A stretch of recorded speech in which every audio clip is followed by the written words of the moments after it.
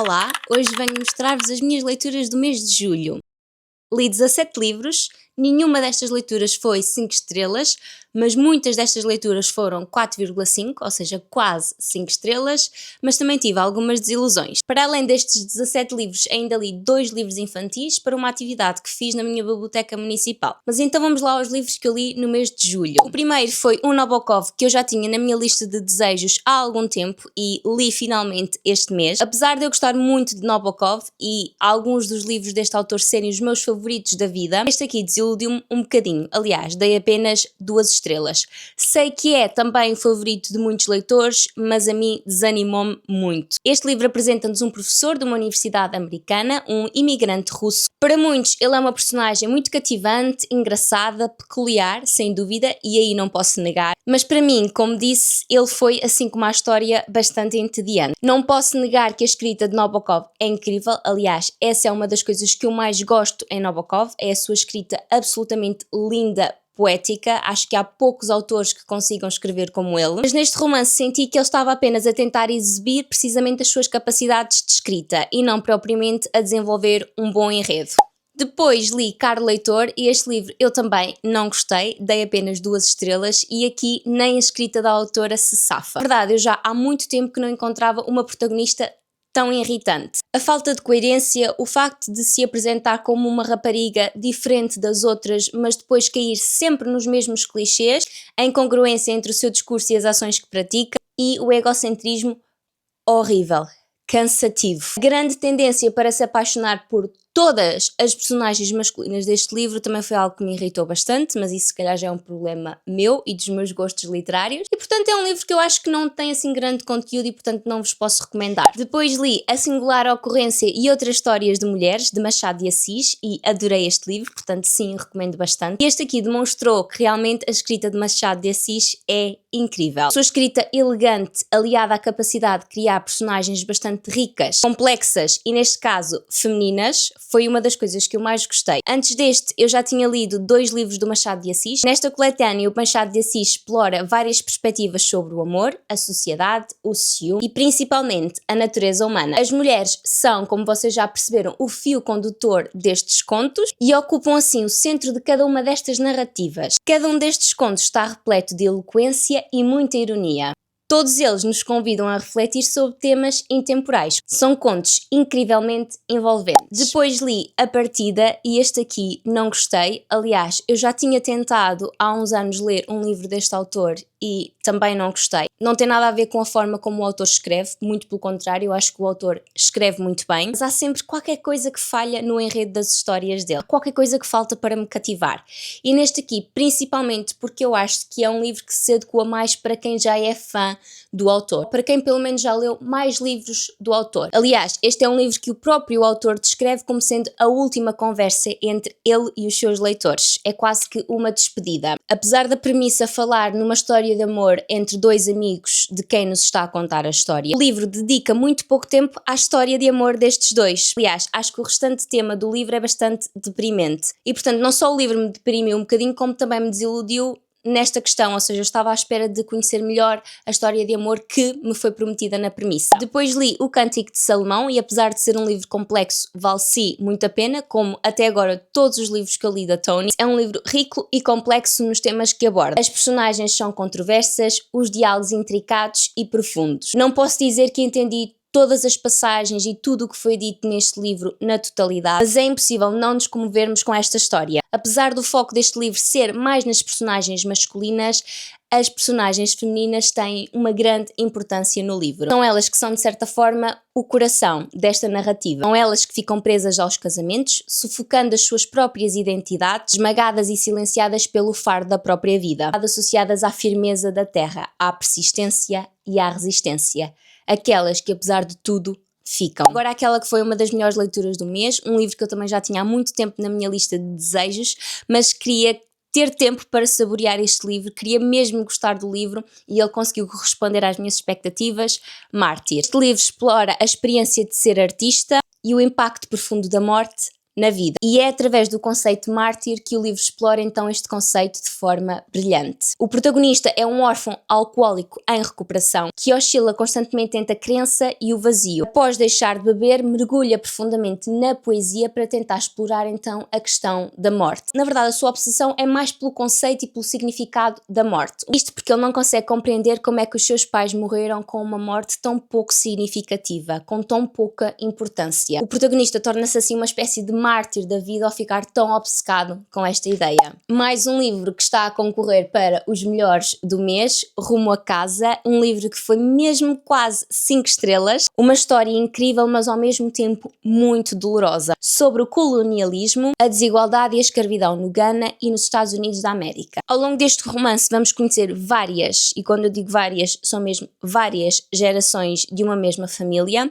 mas seguindo duas ramificações diferentes, iniciadas por duas meias-irmãs, e estas foram, sem dúvida, as minhas personagens favoritas, e eu só não dei 5 estrelas a este livro porque eu queria mais destas duas personagens, e eu fiquei sem elas logo ao início. A autora vai então interligar as histórias dos descendentes destas duas personagens, destas duas meias-irmãs, alternando os capítulos em cerca de 14 perspectivas diferentes. E mais uma vez isto podia dar um muito mau resultado, mas não é o caso. É uma história tocante e bonita de um povo que foi roubado e torturado de maneiras diferentes. Depois um livro de um autor português que eu já conhecia, mas na vertente de poeta, um romance desafiante, eu diria, que convida o leitor sem dúvida a refletir, a mergulhar numa grande reflexão sobre a culpa, a fé, o corpo e a fragilidade da condição humana. É uma narrativa densa, inquietante, mas sem dúvida rigorosa. É uma ótima recomendação para quem aprecia romances mais introspectivos e filosóficos. Depois reli Noites Brancas, eu ainda não tinha este exemplar aqui em casa para a minha coleção, tenho agora, e aproveitei e fiz a releitura deste livro. Esta é uma versão mais melancolicamente romântica de Dostoiévski. É um ótimo livro para quem se quer aventurar pela primeira vez no autor russo. É uma história contemplativa sobre um homem solitário que tem um encontro peculiar com uma mulher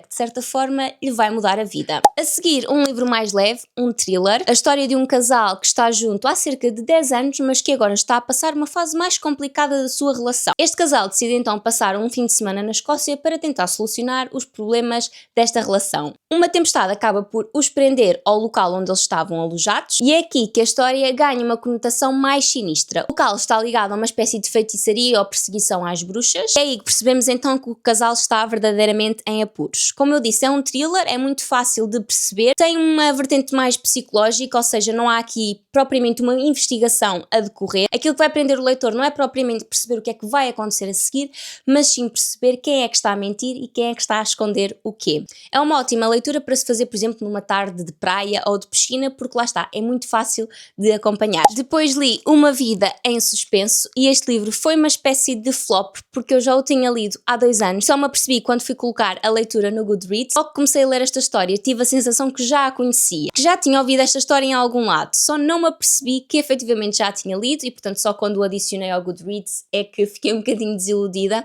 Claro que não era com esta edição e também não era com este título, mas eu tinha a certeza absoluta, aliás eu até fiz um vídeo a falar sobre isto, e eu há 2 anos não gostei propriamente desta história da Taylor Jenkins Reid, e também não estava a gostar, portanto é uma não recomendação para mim desta autora, que é tão acarinhada por vários leitores. Depois li Metade da Idade dele, e este é um livro que eu ainda não consegui escrever uma review, talvez pelos temas e pela forma como esses temas são abordados aqui. É sobre uma adolescente insaciável, impulsiva, muito solitária e magoada, que tem uma espécie de obsessão, eu diria mesmo que é uma obsessão, por um professor. Professor que, por sinal, obviamente é mais velho que ela, tem mulher e filho. Vemos depois que aquilo que ela pensava ser um amor não tem nada a ver com isso, ou seja, ela estava literalmente iludida, mas depois o final acaba por te deixar assim com um sabor agridoce, porque tu não percebes muito bem qual foi o sentido de tudo isto, e eu acho que é isto que ainda estou a tentar apurar e absorver para depois conseguir fazer uma review. De qualquer das formas, é daquelas leituras que tu fazes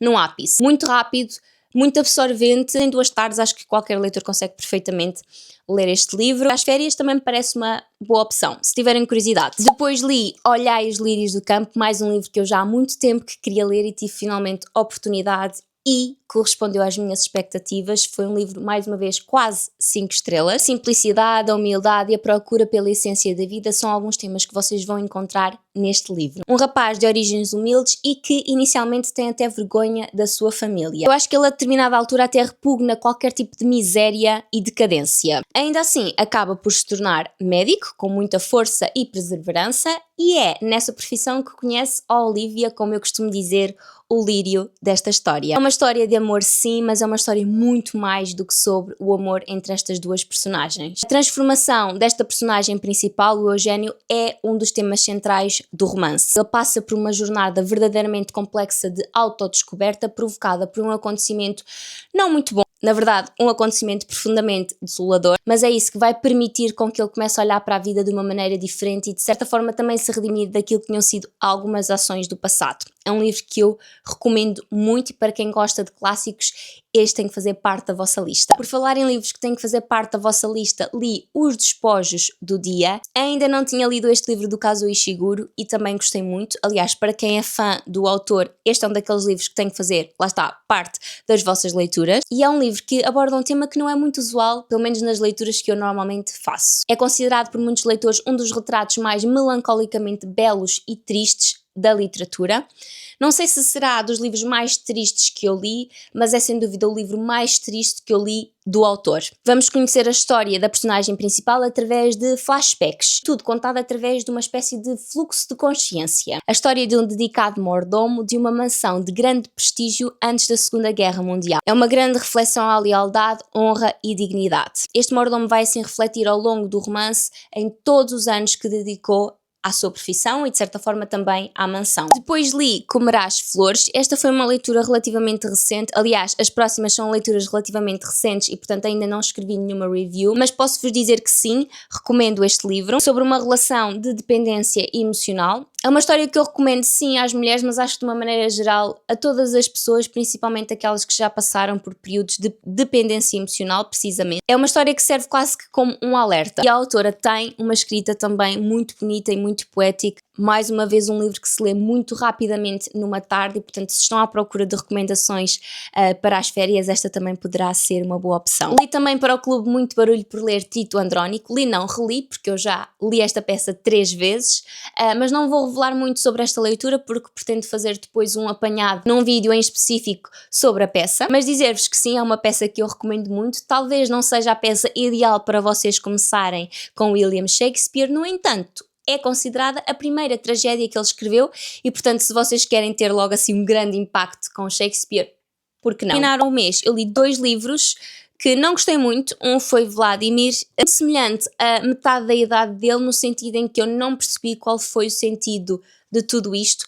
Temos também aqui uma espécie de obsessão, mas desta vez é por um colega de trabalho. Também há uma diferença de idades entre estas duas personagens e, portanto, eu consegui associar alguns temas ao livro que referia, metade da idade dele. A escrita é um bocadinho diferente, é um tanto mais complexo, eu diria até, do que metade da idade dele. Um livro, uma leitura que eu ainda tenho que refletir um bocadinho mais antes de escrever uma review. Outro livro que também me desiludiu muito, porque eu estava muito entusiasmada, principalmente por ser um livro que se passa na época medieval, foi História do Rei Transparente.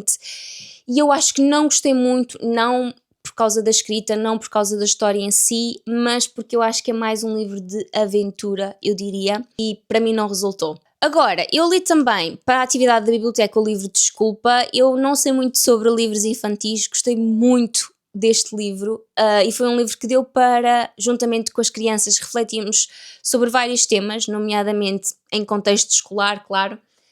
E eu que também trabalho com crianças, foi importante também perceber a perspectiva deles quando íamos refletindo, lá está, sobre algumas questões que foram surgindo. Para quem tem crianças e para quem trabalha com crianças, acho que este é um livro muito interessante. E depois também li um livro, não para trabalhar numa atividade de biblioteca, acho que não faz muito sentido, mas para as crianças agora no verão, li Mina Mystery. Acho que é assim que se pronuncia o nome desta menina, que é uma menina que basicamente gosta de investigar. Ela é uma espécie de detetive e neste caso é sobre o caso das horríveis refeições escolares. Lá está, acho que é uma leitura muito divertida para as crianças fazerem agora nas férias. Espero não me ter esquecido nada, este vídeo vai ficar muito longo. Digam-me aqui nos comentários qual foi a vossa melhor leitura do mês de julho.